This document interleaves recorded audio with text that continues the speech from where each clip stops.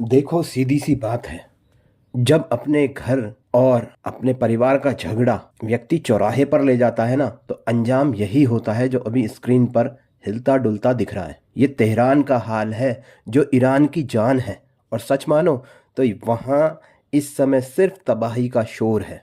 कान फाड़ देने वाले धमाके और एम्बुलेंस के वो तीखे सायरन कि बंदा सुनकर ही सुन्न पड़ जाए। अमेरिकी फौज तो जैसे आपे से बाहर हो गई है।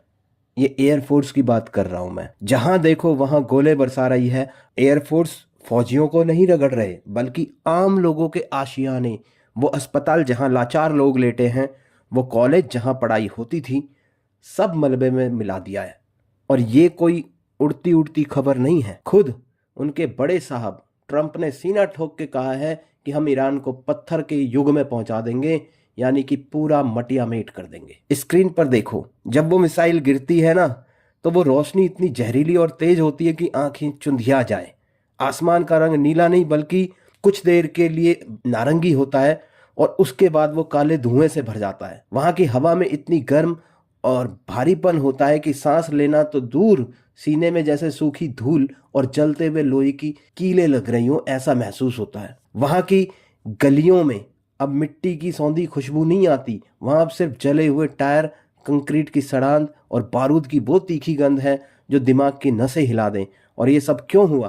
क्योंकि वहां के लोग खुद अमेरिका को न्योता दे रहे थे, कह रहे थे कि आओ हमारी सरकार को उखाड़ फेंको, ये बहुत जुल्म कर रही है। अमेरिका को लगा बढ़िया मौका है, लोग तो अपने साथ हैं ही। सोचा था हफ्ते भर में खेल खत्म करके निकल लेंगे। पर अब जो रायता फैला है ना, उसका कड़वा स्वाद अब वहां के उन लोगों को चखना पड़ रहा है जो कल तक तालियां बजा रहे थे। जो आज़ादी उन्हें मीठी लग रही थी, आज वो जहर बनकर उनके गले में उतर रही है। आज वही लोग ट्रंप और उनके चेलों को कोस रहे हैं, गालियां दे रहे हैं। पर ट्रंप की क्या गलती? जब अपना लफड़ा खुद नहीं सुलझाओगे और किसी तीसरे को पंचायत में बुलाओगे, तो वो सुलझाएगा नहीं, घर फूंक देगा। ईरान की सरकार के तो मजे हैं, क्योंकि इस हमले में उनके कट्टर विरोधियों को भी उनके साथ लाकर खड़ा कर दिया है। पूरा देश अब एक हो रहा है। ट्रंप जो ये बड़ी बड़ी बातें हाँक रहे थे कि बर्बाद कर देंगे, इससे अमेरिका का ही नुकसान होगा, नफरत की आग में तुम किसी का घर जला सकते हो, पर उसका यकीन नहीं जीत सकते। खैर, आप बताओ, आपको क्या लगता है? क्या वाकई ये सब ईरानियों की अपनी गलती है?